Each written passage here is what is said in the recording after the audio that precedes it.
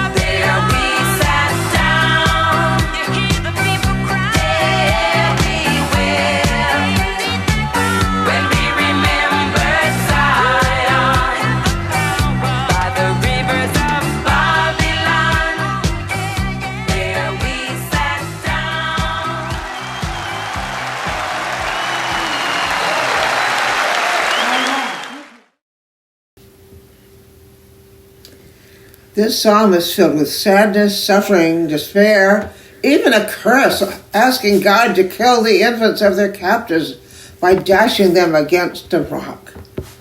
These are the emotions many of us have today. But it is the country itself that has not turned against us, dashing our hopes of peace and harmony, filling the people's ears with hatred and division. As much as they long to return to their beloved homeland, most of them died on the banks of the river after almost half a century had passed. It is a warning to those who dare to listen that we must fight despair and helplessness as we are being made captive in a country that is no longer our own. But it is not too late to take fate into our own hands, because no one will come to our rescue except ourselves. The following 3 stories of resistance that have happened very recently in our own beleaguered country gave me hope. The first is the action taken by Cory Booker last week on the floor of the U.S. Senate in a record-breaking filibuster that lasted over a day. Here is his statement. Yesterday, I stepped off the Senate floor after speaking for over 25 hours straight, because I cannot stand idly by while Donald Trump and Elon Musk completely disregard the rule of law, the Constitution, and the needs of the American people. I may be tired and a little hoarse, but as I said again and again in the Senate, this is a moment where we cannot afford to be silent. We must speak up. What's clear to me is that this is just the beginning. Americans across the country, no matter their title or party, are ready to be heard. I believe that history will show we rose to meet this moment. It will show that we did not let the chaos and division go unanswered.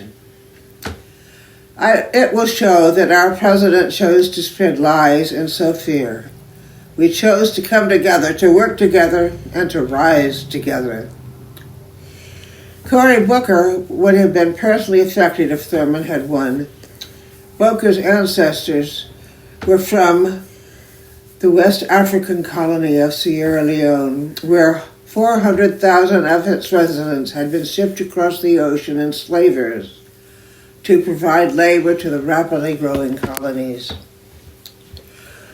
The second example is from our own farming state of Iowa, in a very small town of Creston, incorporated in 1868, whose main economy is agricultural.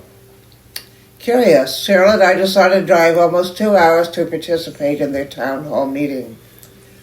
Their representatives had not just refused to come, but did not even respond to the invitation. Instead, there was a picture of him positioned on a table in front of the meeting room.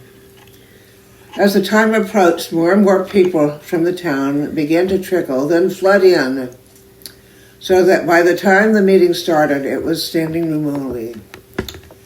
I had a chance beforehand to talk with several of the residents, an Army veteran who was incensed over the administration's continuing attacks on the veterans, a cattle farmer, a soybean farmer. Then people took the mic to speak out about the cuts in Social Security, Medicare, education, tariffs. I stood up in this small, conservative, rural town to speak out for those who are LGBTQ and received welcoming smiles and applause. Then Spirit moved my spouse Cheryl with her clerical collar to stand up. She began slowly and quietly taking apart bit by bit the current administration and the current Republican Party. Then her last words were addressed to the picture on the front table, and she proclaimed with a loud voice while pointing at him, "Get a set of balls!" Anyone who knew her would have been stunned, since she has never spoken like this. But she told me later when I asked that she was unable to stop herself.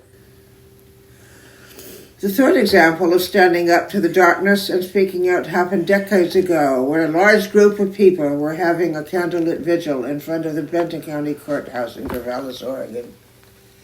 After a while of standing silent with our candles piercing the darkness, People began to talk to one another, to visit, rather than focus on what we were there for. I wanted us to refocus, so I took a very bold step. I'm a good writer and speaker, but was never known for my singing voice. But tremulously at first, I began to sing Dona Nobis Pacem, Give Us Peace. And one by one, the singing spread throughout the crowd until we were all focused on the peace we wanted and demanded, while our flickering candles kept burning brightly. I learned that one voice can change the world. It did not matter if I might have been singing off-key. In the TV show, Touched by an Angel, Monica didn't want to sing out loud because she knew she was not as good a singer as Tess was. But Tess castigated her, stating that they were to sing a joyous song to the Lord, not a perfect one. I followed that advice, and suddenly the crowd transformed into a cohesive group, singing away the darkness, waiting hopefully for the dawn of a new day. To bring this to a close, I want to end with a newer version of the well-known gospel song, Wade in the Water, which is an African-American spiritual, the lyrics of which were first published in 1901. It is a song of freedom addressed to the slaves who yearned for a life of freedom in the North. Some tried to escape the slave catchers and their trail-sniffing dogs, so the easiest way to do that was to wade across the waters of small streams to the other side so that their scent would be lost to the dogs. This is a new version by the spirituals. They changed the words to claim their place as being sons and daughters, the next generations that need to keep wading in the waters to the other side, to call on their God, to trouble the waters until we're all on the other side together in peace. Wade in the water, we did wade in the water, children wade in the water. God said he's gonna trouble the water. Wade in the water, we did wade in the water, children wade in the water. God's gonna trouble the water. We are the sons and the daughters. We gotta stand up and make it loud. Just like our God told the Pharaoh to let my people go, go. We are a new generation from the ones who have come before. He's calling us into freedom to let my people go, go. Wade in the water, we did wade in the water, children wade in the water. God said he's gonna trouble the water.